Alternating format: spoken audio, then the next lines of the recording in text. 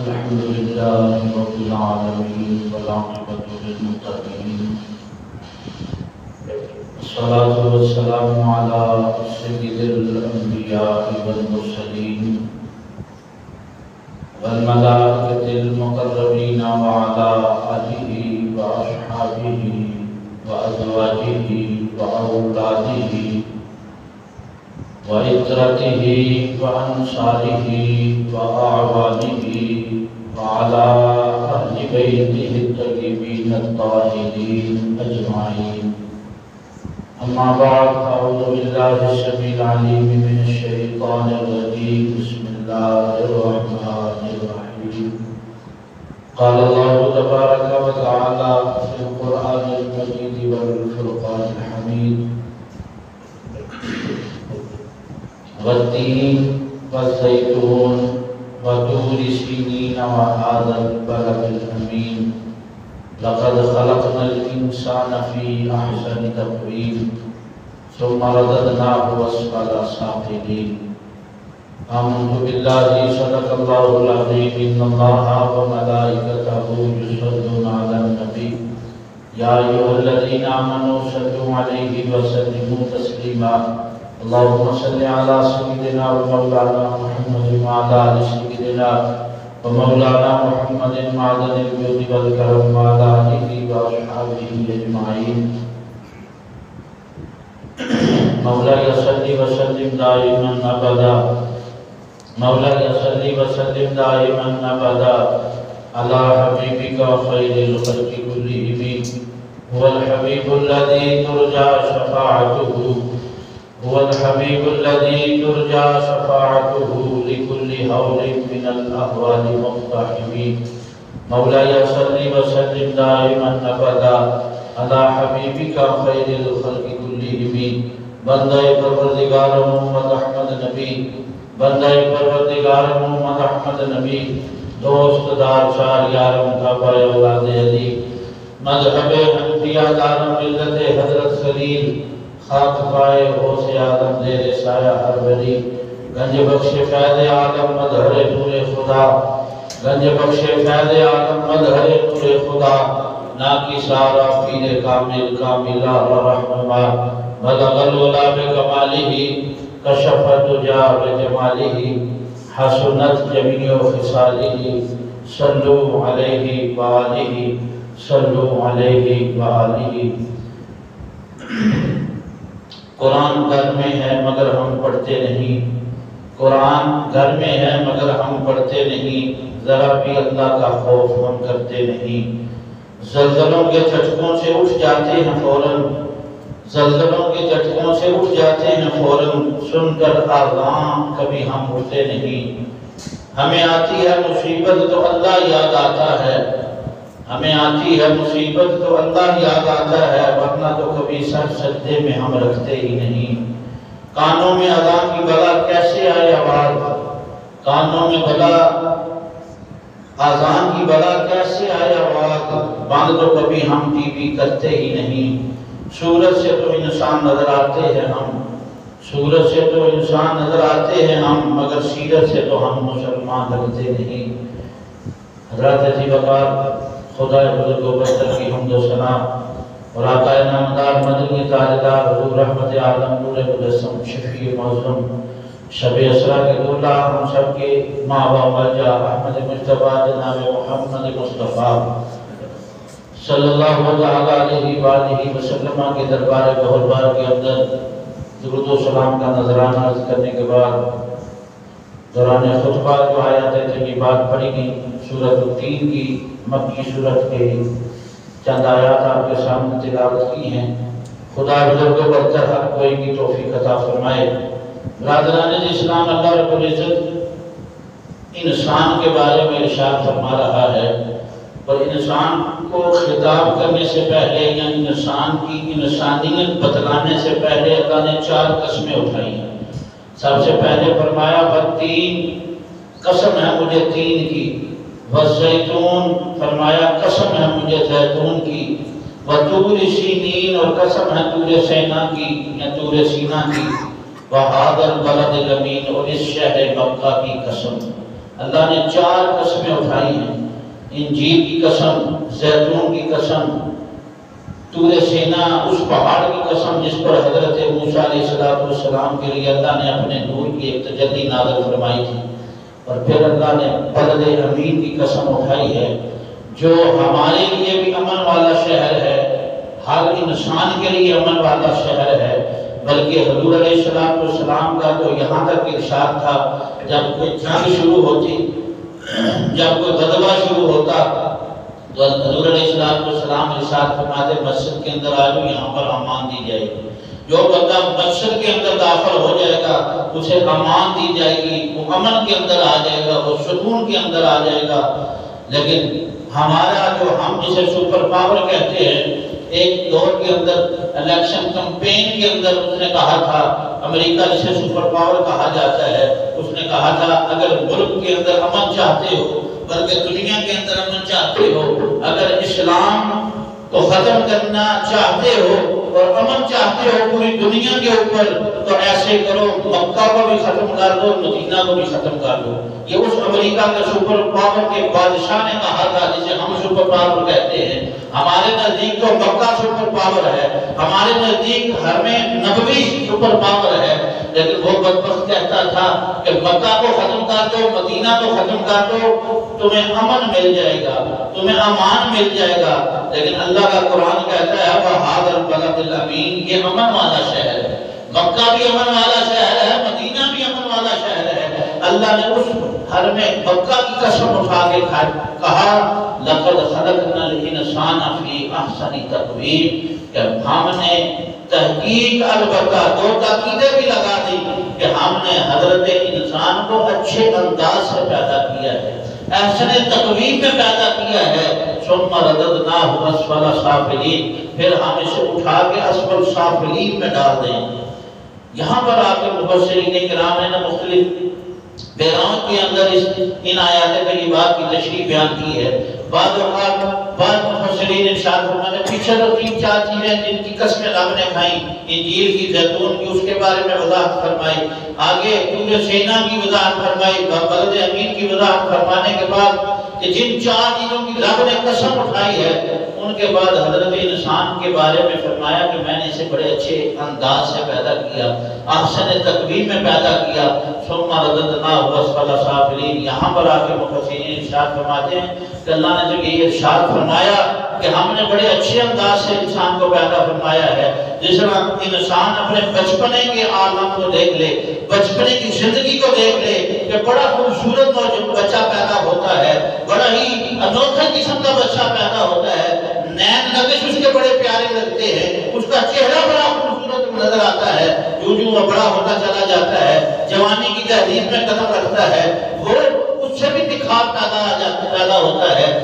بچپنے کا اس کا جو انداز ہے، بچپنے کی جو اس کی صورت ہے وہ اور ہوتی ہے، جوانی کے اندر چینج ہو جاتا ہے، وہ جوانی کی باغ پن میں رہتا ہے، بڑی ابھرتی ہوئی جوانی اس پہ نظر آتی ہے۔ ہم کہتے ہیں کتنا سونا نوجوان ہے، کتنا اچھے اخلاق والا نوجوان ہے۔ حضرات محترم، اگر ہم غور کریں نا، مفسرین کرام یہاں پر ارشاد فرماتے ہیں، جو رب نے ارشاد فرمایا نا ثم رددناہ اسفل سافلین، اس کا مطلب ہی یہی ہے کہ جس طرح بچہ جوانی اور پھر جوانی سے ڈلتی ہوئی اس کا بڑھاپا، وہ بڑھاپے کی منازل طے کرتا چلا جاتا ہے، جوانی سے بڑھاپے کے اندر قدم رکھتا چلا جاتا ہے، جوانی میں بڑا تندرست و توانا ہوتا ہے، ہر معاملات کرتا رہتا ہے، جب بڑھاپے کے عالم میں جاتا ہے کمر کے اندر خم پیدا ہو جاتا ہے، کمر جھک جاتی ہے، چلنے میں پاؤں کے اندر لڑکھڑاہٹ پیدا ہوتی ہے، ہاتھ کام کرنے چھوڑ جاتے ہیں، آنکھوں کی بینائی کمزور ہونا شروع ہو جاتی ہے، کانوں کی سنائی میں فرق آنا شروع ہو جاتا ہے، ہر معاملے کے اندر تبدیلی پیدا ہونا شروع ہو جاتی ہے۔ تو یارو غور کرو، مفسرین ارشاد فرماتے ہیں اللہ نے بھی یہی ارشاد فرمایا ہے کہ میں نے حضرت انسان کو احسن تقویم میں پیدا کیا ہے، لیکن مقصد انسان کی زندگی کا جو ہے، اگر انسان اس مقصد سے ہٹ جاتا ہے، اگر اس احسن تقویم سے ہٹ جاتا ہے تو پھر کیا ہوگا؟ ثم رددناہ اسفل سافلین، پھر ہم اسے نچلے گڑھے کے اندر پھینک دیں۔ اگر انسان اپنے مقصد کو بھول جاتا ہے، انسان اپنی زندگی کے مقصد کو، مدعا کو، نصب العین کو بھول جاتا ہے، پھر ہم اس حضرت انسان کو اٹھا کے نچلے گڑھے کے اندر پھینک دیں۔ جس طرح بچپنے سے جوانی، جوانی سے بڑھاپا ہے نا، اسی طرح اگر ہم نے اچھے انداز سے پیدا کیا تو ہم اٹھا کے نیچے بھی گرا سکتے ہیں۔ رب یہ ارشاد فرمانا چاہتا ہے کہ ہم اسے اٹھا کے نچلے گڑھے میں پھینک دیں گے۔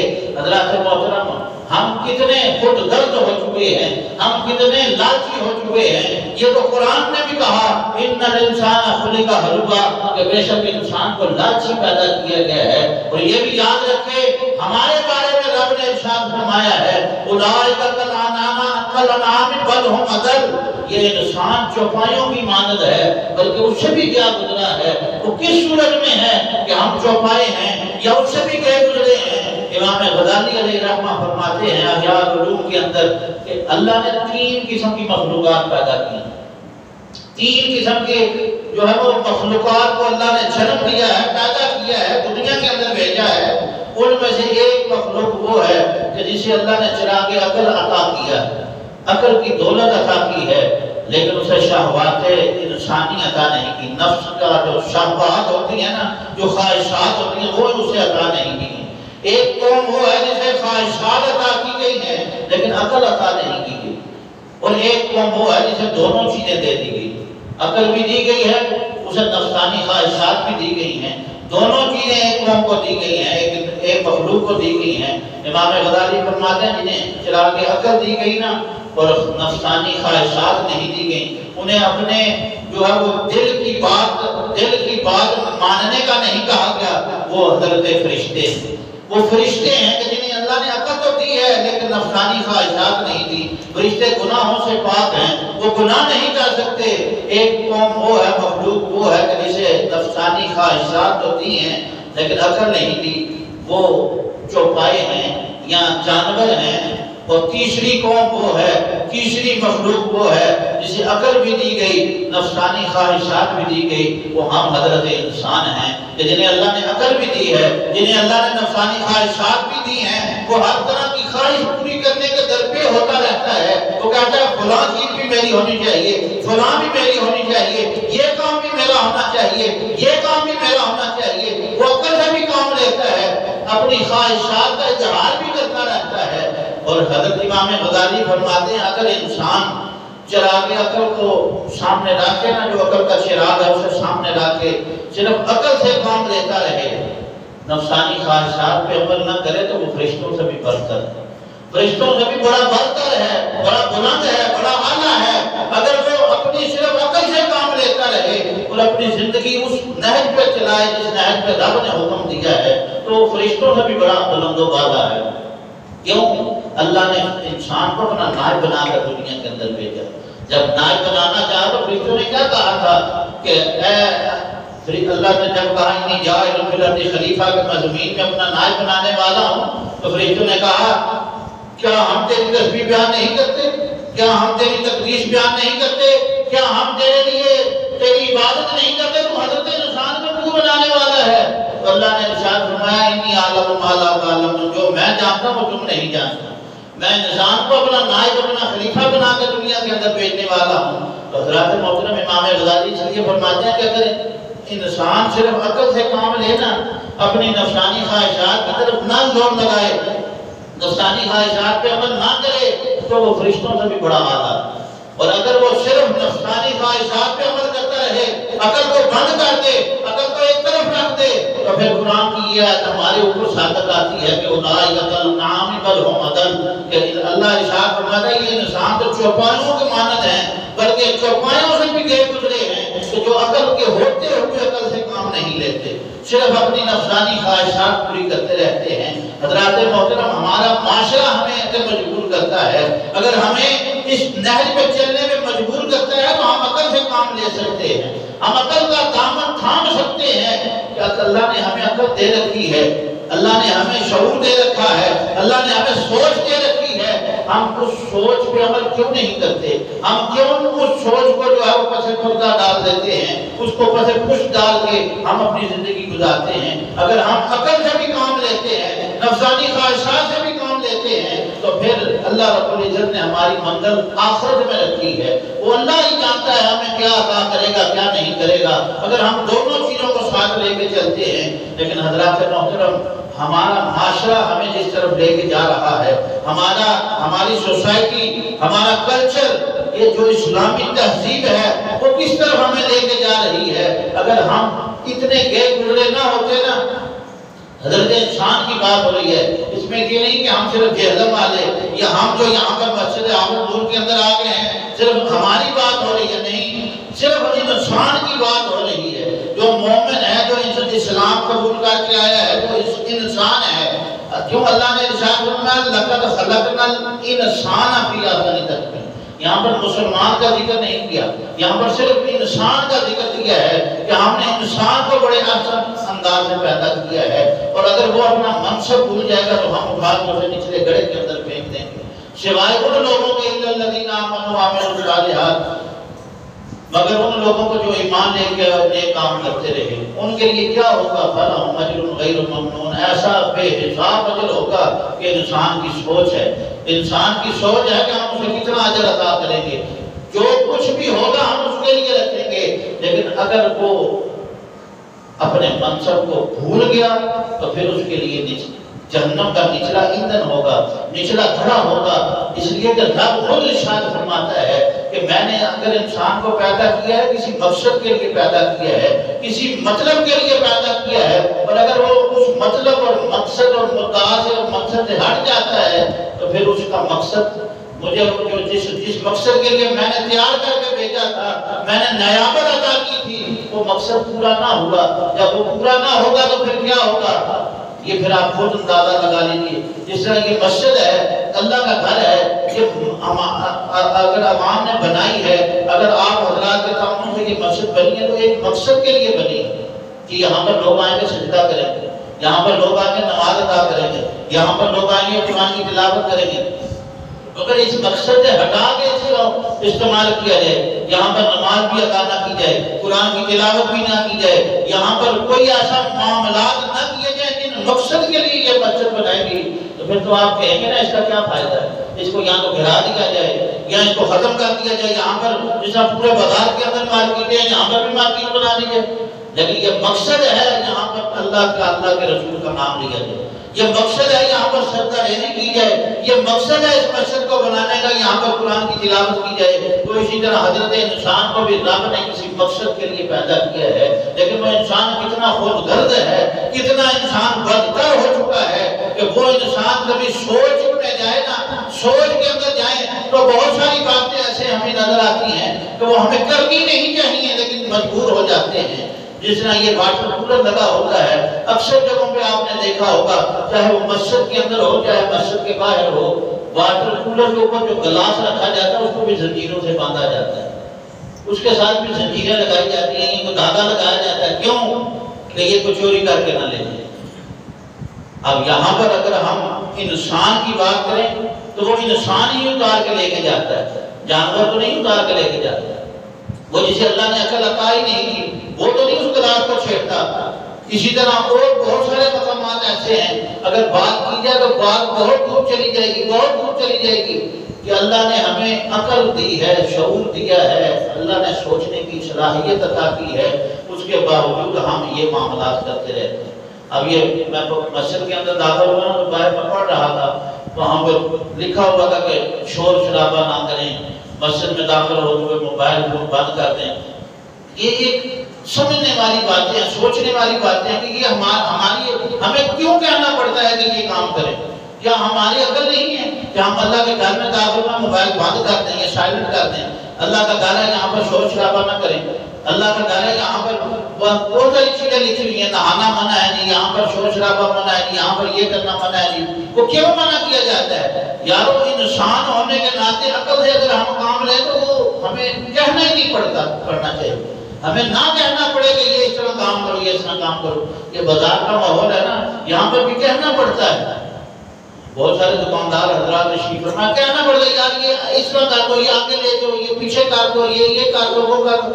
اگر انسان عقل سے کام لے تو میں نے پہلے کیا فرشتوں سے بھی آتا، اور اگر انسان عقل سے کام نہ لے تو پھر اولئک کالانعام بل هم اضل۔ اللہ کا فیصلہ ہے، یہ قرآن کی آیت ہے، قرآن کے الفاظ ہیں کہ انسان چوپایوں کی مانند ہے، بلکہ چوپایوں سے بھی کیا گزرا ہے۔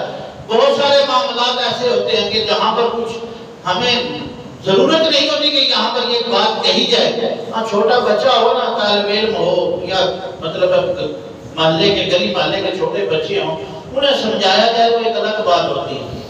یہاں پر بڑے بڑے جناب نوجوانوں کو، بڑے بڑے بزرگوں کو منع کیا جاتا ہے، یہ یہاں کہا جاتا ہے یہ اس طرح نہ کریں، یہ اس طرح کریں، یہ اس طرح والا معاملہ ہے، یہ اس انداز سے کرنے والا معاملہ ہے، آپ دوسری طرف جا رہے ہیں۔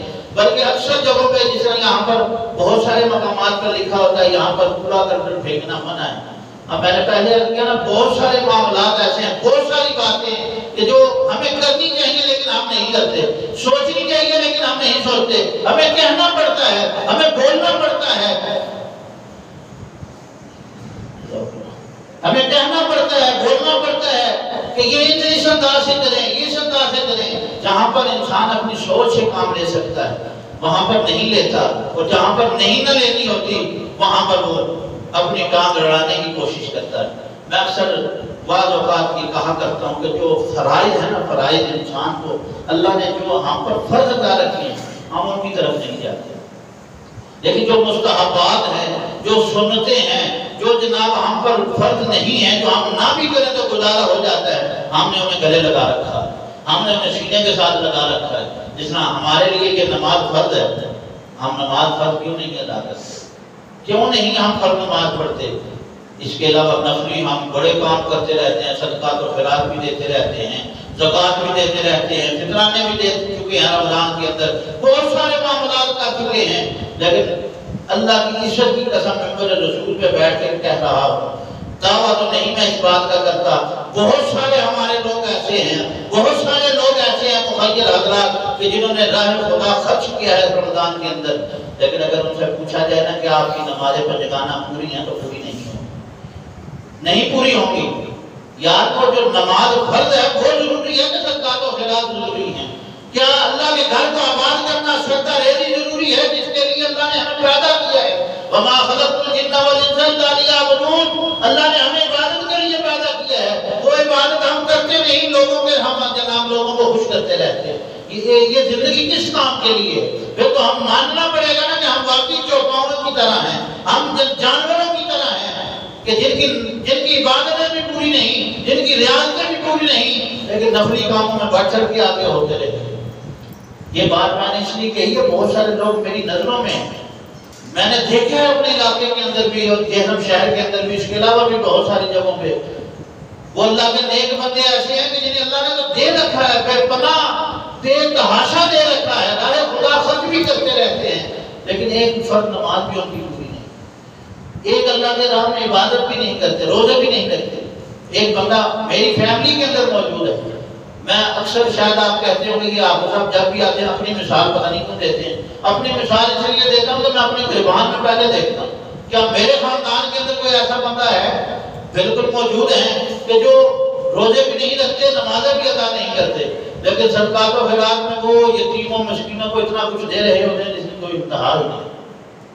اور بہت سارے لوگ ایسے ہیں جو یتیموں مسکینوں کو دے رہے ہوتے ہیں لیکن اپنے گھر کی پرواہ نہیں ہوتی، اپنے گھر کے اندر اپنی بیوہ بہن کو نہیں دیکھتے، یا بیوہ بہن کی بیٹیوں کو نہیں دیکھتے، یتیم بچے کو نہیں دیکھتے، لیکن لوگوں کے اندر جتنا بانٹ رہے ہوتے ہیں، جس طرح پتہ چلتا ہے بس آج ہی انہیں سارا ان کا خزانہ عطا کر دینا ہے۔ اللہ رب العزت ہمیں سمجھنے کی توفیق عطا فرمائے۔ میں نے بارہا یاد کر چکا ہوں کہ ہمیں اللہ نے عقل دے رکھی، عقل سے کام لیں گے تو ہم فرشتوں سے بھی بڑے اعلیٰ ہیں، فرشتے ہم سے پچھلے درجے میں چلے جاتے ہیں اگر ہم صرف عقل سے کام لیں، اور اگر ہم عقل سے کام نہ لیں، صرف نفسانی خواہشات پوری کرتے رہیں، تو پھر ہمارے ساتھ وہی معاملہ ہوگا جو آج کل ہو رہا ہے کہ اللہ کی طرف سے عذاب بھی نازل ہوتا ہے، اللہ کی طرف سے پکڑ بھی آتی ہے، اس لیے کہ اللہ نے خود ارشاد فرما رکھا ہے کہ اِنَّ بَطْشَ رَبِّكَ لَشَدِيدٌ، کہ میرے تیرے رب کی پکڑ بڑی سخت ہے۔ اگر تم نہیں سمجھے گا نا تو وہ سمجھانے پہ جب آ جائے تو پھر وہ نہیں دیکھتا کسی کو بھی، وہ سمجھا کے رہتا ہے۔ اور یہ دیکھ لینا آج کل یہ جو مہینہ گزرا ہے ہمارے لیے، کس قدر کٹھن مہینہ تھا ہمارے کسان بھائیوں کے لیے، کس قدر زمینداروں کے لیے کتنا سخت مہینہ تھا، کہ ادھر سے وہ اپنی گندم کاٹ رہے ہیں، ادھر سے رب کی طرف سے یالہ باری ہو رہی ہے۔ یہ کیوں ہوتی ہے؟ یہ کیوں یالہ باری ہو رہی ہے؟ کیوں وقت سے پہلے اتنی شدید گرمی ہو رہی ہے؟ کیوں وقت سے پہلے اللہ ہمیں عطا نہیں کرتا؟ کیوں جب ہمیں دینے پہ آئے تو کیوں نہیں دیتا؟ اس کی وجہ یہی ہے کہ ہم اللہ کے احکامات کی حکم عدولی کرتے رہتے ہیں۔ ایک بادشاہ ہوتا ہے نا، بادشاہ وہ پورے ملک کو چلاتا ہے۔ جو ہمارے بادشاہ تو نہیں، ہمارے وزیر اعظم یا صدر ہیں، بادشاہ پہلے دور میں ہوا کرتے تھے۔ یہ جو ہوتے ہیں یہ اپنے ملک کو چلانے کی کوشش کرتے ہیں۔ جب نہ ان سے صحیح چلے تو پھر کیا ہوتا ہے؟ ملک وہ نظام میں سلطنت ختم ہو جاتا ہے، وہ ٹوٹ جاتا ہے، وہ ریزہ ریزہ ہو جاتا ہے۔ پھر نیا حکمران یا نئی جماعت یا نیا سسٹم آ جاتا ہے کہ اس سے نہیں چلا تو یہ چلا لے۔ لیکن جو سب سے بڑا حاکم ہے نا ہمارا، جو حاکم الحاکمین ہے، وہ جو سب سے بڑا حاکم ہے، وہ تو ساروں کا حاکم ہے نا۔ اسے پتہ ہے کس طرح کس کو چلانا ہے، کس طرح کس کو چلانا ہے، کس طرح کس کو رکھنا ہے۔ تو جب اس کی حکومت کے اندر جب انصاف نہیں ہوگا، جب اس کی حکومت صحیح انداز سے نہیں چلے گی، چلانے والے کون ہیں؟ نائب۔ کیوں؟ رب تو اپنے انداز سے چلا رہا ہے۔ اللہ نے نیابت دی ہے ہم حضرت انسان کو۔ جب حضرت انسان صحیح انداز سے نہیں چلائے گا تو رب بڑا قادر ہے، وہ رب بڑا خالق بھی ہے، بڑا قادر بھی ہے، بڑا قادر مطلق بھی ہے۔ وہ چلانے پہ آئے تو چلا سکتا ہے۔ یہ ہماری ذہنوں میں، ہمارے سوچوں کا ایک زاویہ ہے نا کہ ہم اگر یہ بات سوچ رہے نا کہ اگر ہماری حکمران نہ ہوں، ہماری سلطنتیں نہ ہوں، ہماری بادشاہتیں نہ ہوں، یہ وزارتیں نہ ہوں، تو کیا رب نہیں چلا سکتا نظام کو؟ رب چلا سکتا ہے، تو رب نے بنایا ہے۔ جو بندہ چلا سکتا ہو، جو انسان کسی معاملے کو کر سکتا ہے، وہی اس معاملے کے اندر جاتا ہے۔ تو اللہ یہ حکومت چلا سکتا ہے، اللہ یہ نظام دنیا چلا سکتا ہے، اسی لیے تو وہ چلا رہا ہے۔ نظام ہستی سارا اسی کے ہاتھ میں ہے۔ وہ کن کہتا ہے بھائی کن ہر شے ہو جاتی ہے۔ اور یہ پکڑ بھی اللہ کی طرف سے کیوں آئی ہے؟ اسی لیے آئی ہے کہ ہمارے کسان بھائی جتنے بھی ہیں یہاں پر تو شاید کم ہوں، لیکن دیہاتوں کے اندر بھی ہیں، اور ہمارا تعلق بھی دیہاتوں کے ساتھ ہی ہے۔ یہ شہری آبادی تو بعد میں بنی ہے نا۔ بہت سارے لوگ ایسے ہیں جو گاؤں سے دیہاتوں سے اٹھ کے یہاں پہ آئے، شہروں کے اندر آباد ہوئے۔ تو جو زمیندارہ نظام ہوتا ہے نا، اس کے اندر بھی رب نے غریبوں کا حصہ رکھا ہے، یتیموں کا حصہ رکھا ہے، مسکینوں کا حصہ رکھا ہے۔ ہمارے کسان بھائی کیوں نہیں یہ عشر ادا کرتے اپنی زمینوں میں؟ بہت سارے کسان نا، میں جو دیہات کے اندر رہتا ہوں اور دیہات کے اندر ہی ڈیوٹی بھی کرتا ہوں، تو وہاں پر بہت سارے کسانوں کے ساتھ میرا رابطہ ہے۔ اور رابطہ بھی کیوں ہے؟ صرف آنے جانے والا معاملہ ہے کہ وہاں پر جا کے ڈیوٹی کرتا ہوں تو اس لیے رابطہ ہے، اور اس کے علاوہ اور کوئی تعلق نہیں ہے۔ جب ان سے پوچھو نا کہ کیا تم نے عشر دیا ہے اپنی زمین کا، بہت بڑی بڑی زمینیں ہیں ان کے پاس، آپ سے ان کا پوشیدہ یہ پچھلا بیلا جو علاقہ ہے، یہ بہت بڑا زرخیز علاقہ ہے، وہاں پر بہت بڑی بڑی زمینیں ہیں لوگوں کی۔ ان سے پوچھا جائے نا کہ عشر دیا ہے تو وہ کہتے ہیں نہیں دیا، نہیں دیا عشر ہم نے۔ تو جب اللہ کا دیا ہوا مال اللہ کی راہ میں خرچ نہیں کرنا تو کیا سمجھتے ہو کہ اللہ تمہیں عطا کرے گا؟ یہ کبھی صورت نہیں ہوتی۔ بہت سارے اللہ کے نیک بندے بھی ایسے ہیں کہ جو اللہ کی راہ میں خرچ کرتے ہیں نا تو اللہ انہیں مزید دیتا ہے، اللہ انہیں اور دیتا رہتا ہے۔ ان کی نمازیں بھی پوری، ان کے روزے بھی پورے، ان کے حج بھی پورے، ان کے سارے معاملات دین اسلام کے عین مطابق جب وہ راہ خدا دیتے ہیں نا تو اللہ برکتیں عطا فرماتا ہے، اللہ ریٹرن کرتا ہے، اللہ واپس دیتا ہے۔ یہ اللہ کا وعدہ ہے۔ آپ بے شک آسمان کے دیکھ رہے ہیں، یہ بزرگ تشریف فرمائے، ان سے بے شک پوچھ لیجیے کہ جو اللہ کی راہ میں 10 دیتا ہے تو اللہ 7 گنا دیتا ہے یا نہیں دیتا؟ میرا تو تجربہ ہے، میرا تو اپنا ذاتی تجربہ ہے کہ میں نے اللہ کی راہ میں اگر 1 دیا نا تو اللہ نے دگنا کر کے مجھے دیا۔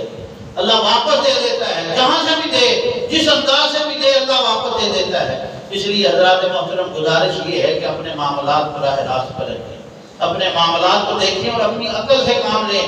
بہت ساری ایسی مقامات، بہت سارے ایسے جگہ ہیں جو ممبر رسول پہ بیٹھ کے میں بات نہیں کر سکتا کہ یہ معاملات ہمیں کس انداز سے چلانے چاہیے، لیکن عقل سے ہم اگر سوچیں یا سمجھیں تو وہ انداز ہمیں کرنے چاہیے جہاں پر ہمیں بولنا پڑتا ہے، ہمیں کہنا پڑتا ہے۔ صرف یہ نہیں کہ ہم علماء کو بولنا پڑتا ہے، اب ایک دکاندار ہے نا، اسے بھی بولنا پڑتا ہے۔ وہ باہر اس کے اگر ایک دکان ہے، یہ بات میں اس لیے کہہ رہا ہوں، یہ ہے ہی بازار کا ماحول۔ ایک دکان ہے، دکان کے باہر اگر ریڑی پان کھڑا ہے، ریڑی لگا کے کھڑا ہے، کیوں دکاندار کو بار بار کہنا پڑتا ہے یار ریڑی تھوڑی سی آگے کرو، ریڑی تھوڑی سی پیچھے کرو؟ کیوں کہنا پڑتا ہے؟ کیا وہ ریڑی والے کی عقل نہیں ہے کہ میں آگے کروں یا پیچھے کروں؟ خود کرے نا، اسے پتہ ہونا چاہیے کہ یہ دکان والے کا رستہ ہے، یہ دکانداری اس کی خراب ہو رہی ہے یا نہیں ہو رہی ہے، کیا معاملہ، وہ خود آگے پیچھے کر۔ اب ہمارے اس بازار کے اندر کیوں اتنا زیادہ ہنگامہ ہوتا رہتا ہے، کیوں رش ہوتا ہے، کیوں ہوتا ہے؟ اگر ہم سارے معاملات، یہ اب وہی بات آ گئی، میں بات اگر کروں تو بڑی لمبی چلی جائے گی، ہمارے اس طرف اور اس طرف، تاکہ وہ بیریئر کیوں لگائے گئے؟ ہم انسانوں کے لیے لگائے گئے۔ ویسے تو جانوروں کے روکنے کے لیے یہ باڑیں، یہ خاردار تاریں جانوروں کو روکنے کے لیے لگائی جاتی ہے۔ اب بات کروں تو انسان کی توہین بھی ہو جاتی ہے، لیکن اللہ نے توہین کرنے سے نہیں روکا، تو ہم کیوں کیسے روکیں؟